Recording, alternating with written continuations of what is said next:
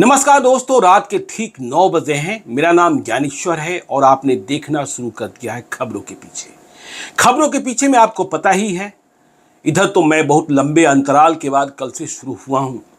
खबरों के पीछे में हम अपराध की दुनिया की कही अनकही कहानियों में से एक कहानी सुनाते हैं और इसके साथ ही जो बहादुर पुलिस पदाधिकारी हैं उनकी कहानियों को भी सुनाते हैं।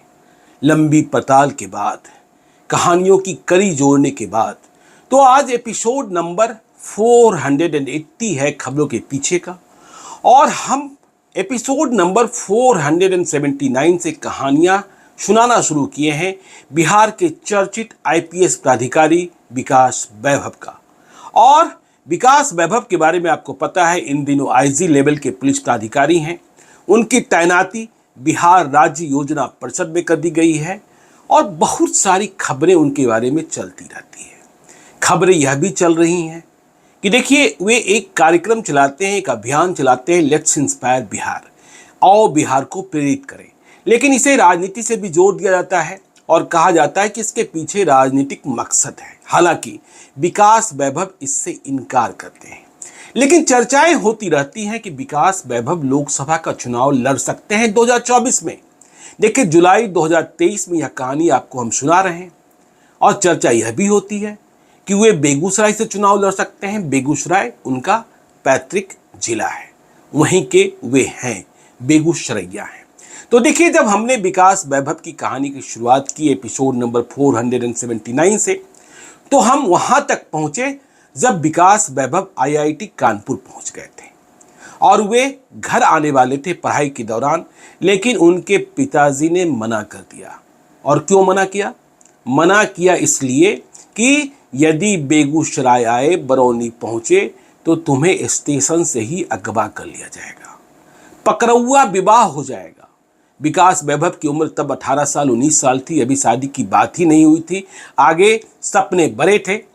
तो विकास वैभव नहीं आए। पिताजी ने यह भी कहा कि जो रिश्ते लेकर आ रहे हैं वे कह रहे हैं हमारी बात न मानिएगा तो सूरजदा मतलब सूरजभान सिंह की बात तो मानिएगा। खैर, चलिए कहानी को आगे ले चलते हैं। विकास वैभव अभी आईआईटी कानपुर में है और देखिए, उनके मन में कई तरीके की बातें चल रही हैं। उन्होंने कुछ देखा भी है। आईआईटी कानपुर पहुंचने के पहले गरीब रैला देखा था।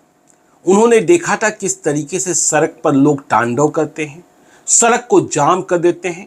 इसलिए विकास वैभव जब आईपीएस बन जाते हैं और कहानी आगे चलते रहती है, तो हर प्रस्थापना में देखिएगा विकास वैभव सड़क जाम के खिलाफ रहे, किसी भी तरीके के सड़क जाम के खिलाफ, और इस कारण उनका पॉलिटिकल पंगा भी होता रहा है। खैर, तो विकास वैभव आईआईटी में उन्होंने अपने छात्र काल में बिहार में एक आईएएस को भी देखा था। खैर, चलिए वहां से भी कुछ प्रेरित थे। तो आईआईटी में पढ़ाई के दौरान जो आज चर्चा हो रही है कि विकास वैभव चुनाव लड़ सकते हैं, विकास वैभव के पिताजी ने कहा था ईमानदारी से पढ़ना, ईमानदारी की कमाई कमाना। लेकिन विकास वैभव को आईआईटी कानपुर में राजनीति का, पॉलिटिक्स का चस्का लग जाता है छात्र जीवन में, छात्र राजनीति का, और वे इसके गिरफ्त में आ जाते हैं। पढ़ाई भी परेशान होती है, पढ़ाई डिस्टर्ब होती है। देखिए, यदि हम विकास वैभव की कहानी की पड़ताल जब कर रहे थे, तो मालूम ये होता है, जब ये आईआईटी कानपुर में पढ़ रहे थे तो पहले ही साल देखिए पॉपुलर हो गए थे। तो ये पहले साल में ही हॉल एग्जीक्यूटिव कमेटी के मेंबर चुन लिए जाते हैं, निर्विरोध, कोई विरोध नहीं होता है, कोई इनके खिलाफ चुनाव नहीं लड़ता है। तो लोकप्रियता, वो विकास वैभव जो छात्र जीवन में, स्कूली जीवन में बिहारी शब्द सुनकर अपमानित होते रहे, उन्हें बिहारी कहकर चिढ़ाया जाता रहा, आईआईटी कानपुर पहुंचकर निर्विरोध चुनाव जीतते हैं पहले ही साल में। और देखिए, अब मन की भावनाएं और ज्यादा तेज होती हैं। तो सेकेंड ईयर में विकास वैभव हॉल प्रेसिडेंट बन जाते हैं। चुनाव होता है, इस बार निर्विरोध नहीं बनते हैं, लेकिन चुनाव में जीत मिलती है, बड़ा फासला होता है। विकास वैभव को कुल 450 मतलब 450 वोट मिलते हैं, जबकि उनके निकटतम प्रतिद्वंदी जो उनके खिलाफ चुनाव लड़ रहा होता है उसे 350 मत मिलते हैं। तो खैर चलिए, राजनीति का चस्का लग गया है। अब विकास वैभव आईआईटी कानपुर में बदलाव, सुविधाओं को बढ़ाने की मांग, छात्र हित की मांग, ये सब करने लगते हैं। लेकिन इसका असर क्या होता है? पढ़ाई चौपट हो जाती है, पढ़ाई प्रभावित होने लगती है। और आपको जानकर हैरत होगी कि विकास वैभव फेल हो जाते हैं। दो बार फेल हो जाते हैं आईआईटी कानपुर में, दो सब्जेक्ट में फेल होते हैं। और जब फेल होते हैं तो उनके माता पिता किस तरीके से परेशान होते होंगे, इस बात की उम्मीद आप कर सकते हैं। डांट लगती है। इसके लिए ही तुमको भेजा था, यही काम करना है तुम्हें। तुमने परिवार को नहीं समझा, परिवार ने किस तरीके से संघर्ष किया है, किस तरीके से मुफलिसी की जिंदगी जी है, यह तुम नहीं समझ पाए। तो विकास वैभव को लगता है कि चलो अब इससे निकलते हैं। निकल भी गए, टैलेंट तो है ही। और वे अंतिम ईयर में जिन विषयों में, जिन सब्जेक्ट्स में फेल हुए थे, वे उसे क्लियर कर लेते हैं। देखिए, अब बारी आती है प्लेसमेंट की।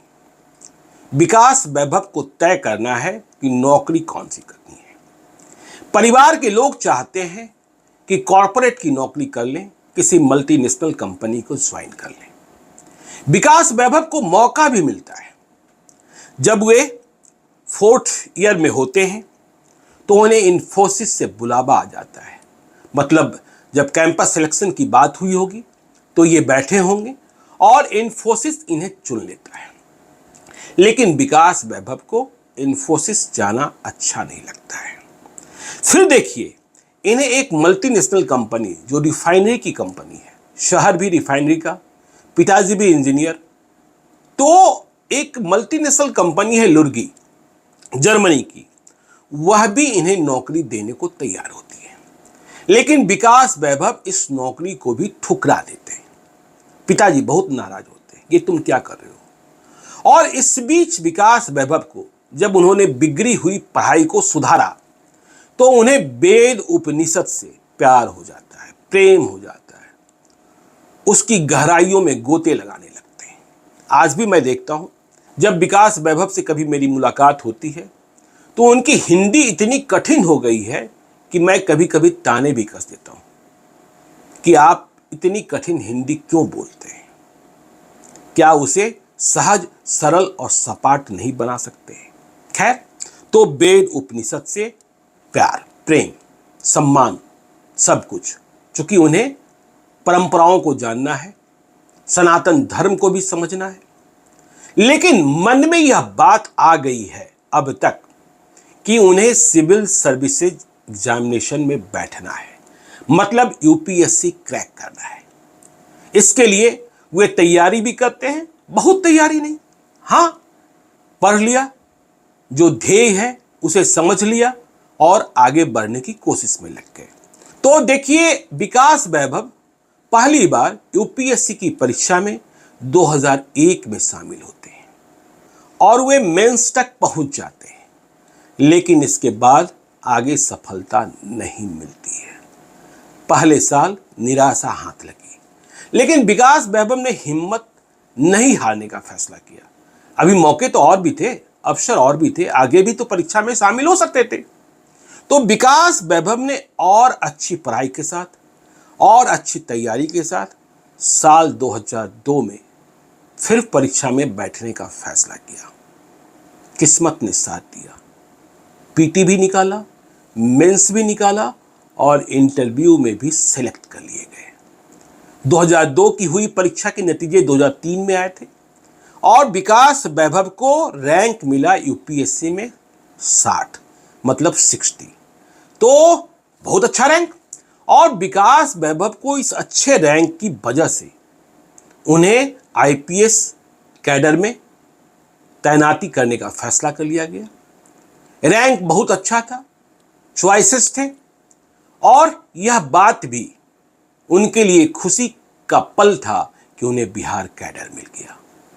लेकिन विकास वैभव को इस बात का अब भी मलाल था कि वे आईएएस की परीक्षा नहीं निकाल पाए, वे आईएफएस की परीक्षा नहीं निकाल पाए, मतलब इंडियन फॉरेन सर्विस, भारतीय विदेश सेवा। पिताजी चाहते थे कि बेटा विदेश चला जाए, वहीं रहेगा, ठीक करेगा। तो बिहार का माहौल भी ऐसा था, पिताजी को लगता था कि बिहार यदि ये आ गया तो बर्बाद हो जाएगा। तो पिताजी आईपीएस के रूप में बिहार कैडर ज्वाइन करने के बिल्कुल खिलाफ थे। क्यों खिलाफ थे, इसकी कहानी भी इसी एपिसोड में आपको हम बताएंगे। तो 2003 में जब विकास वैभव फिर से यूपीएससी की परीक्षा में शामिल हुए, सिविल सर्विसेज की परीक्षा में, तो उन्हें इंडियन फॉरेन सर्विस मिल गया। लेकिन विकास वैभव अब तक तय कर चुके थे कि नहीं, मुझे विदेश नहीं जाना है, बावजूद इसके कि पिताजी की इच्छा है। सो उन्होंने 2003 की परीक्षा के नतीजे को किनारा कर दिया। 2002 की परीक्षा से जो वे आईपीएस बने थे और बिहार कैडर मिला था, उसे ही उन्होंने पसंद किया।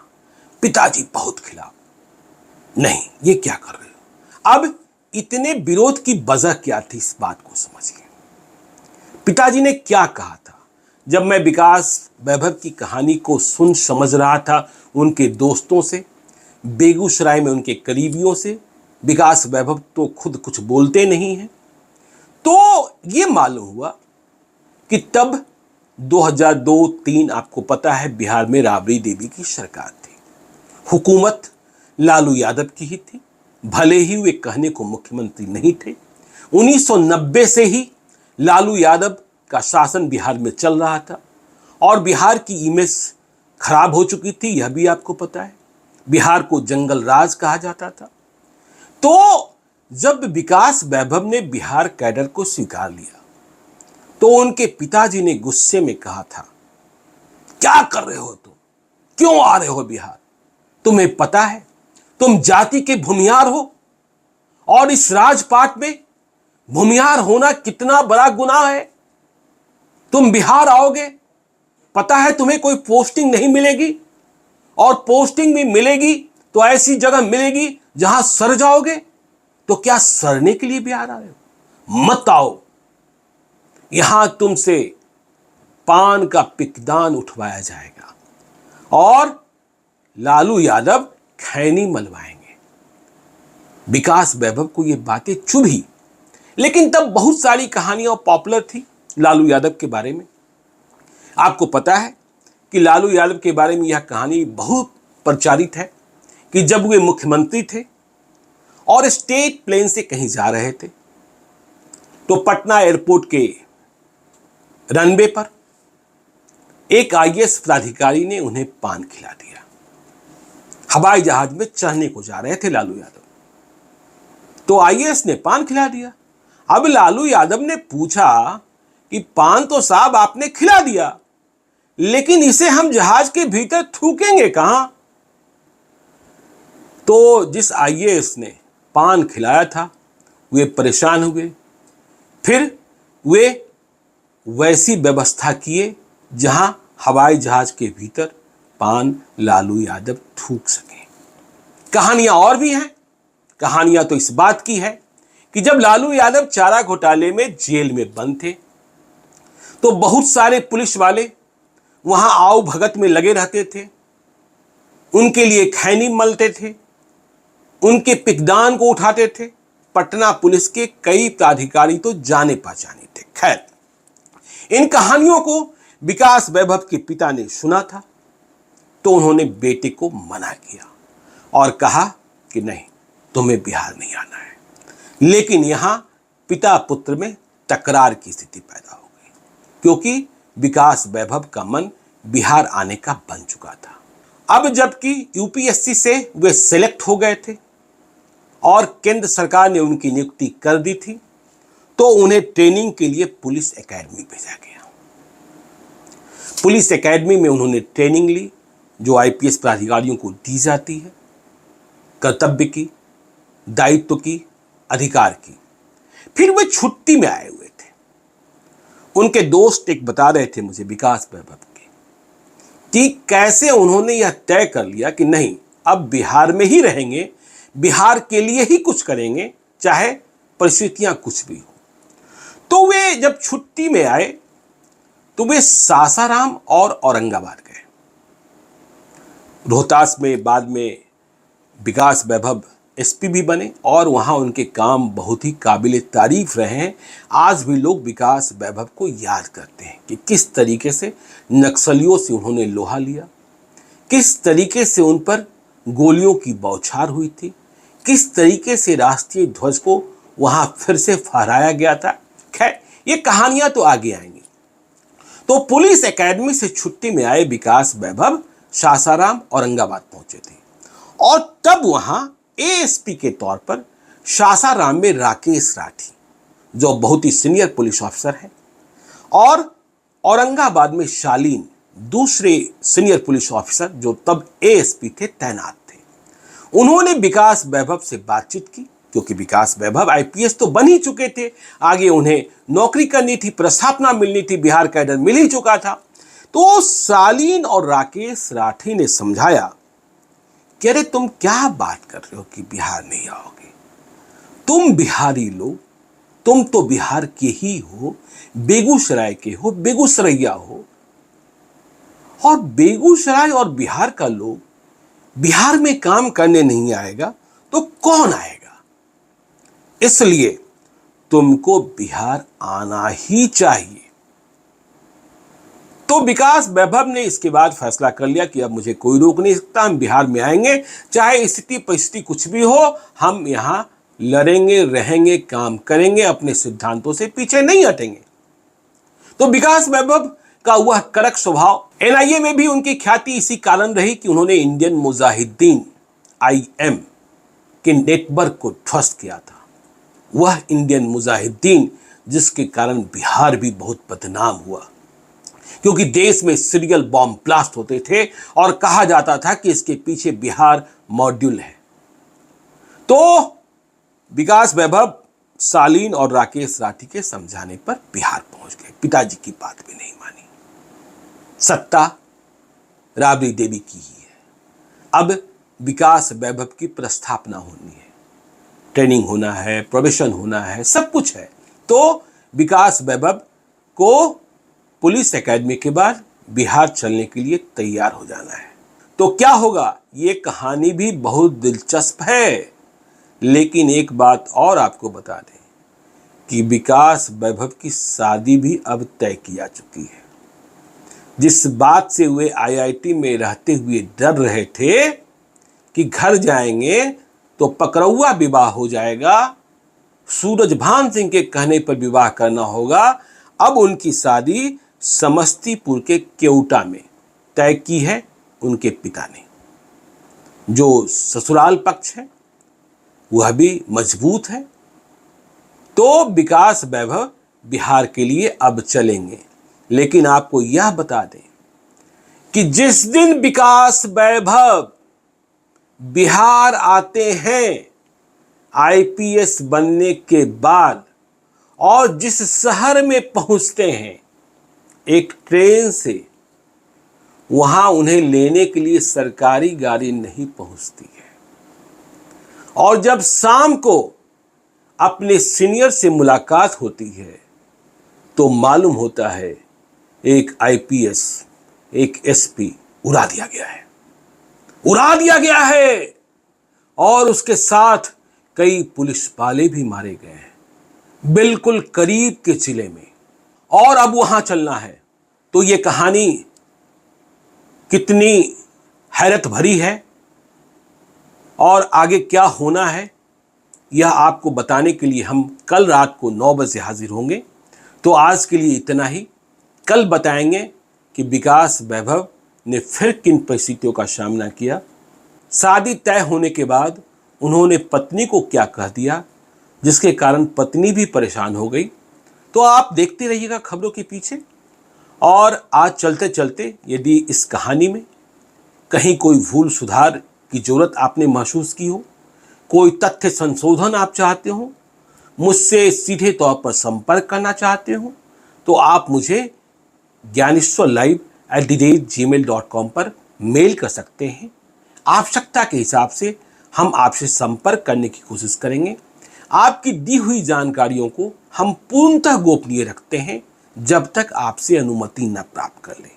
आपके सुझाव के मुताबिक कई कहानियों को सुनाने का प्रयास भी करते हैं। वक्त लगता है। देखिए, इसी दफे बहुत लंबा अंतराल हो गया, कारण मेरे व्यक्तिगत थे। तो आज के लिए इतना ही। हमें दीजिए इजाजत। मिलेंगे कल रात ठीक 9 बजे खबरों के पीछे के एपिसोड नंबर 481 के साथ। विकास वैभव IPS बिहार कैडर बैच 2003 की कहानी आगे बढ़ेगी। धन्यवाद।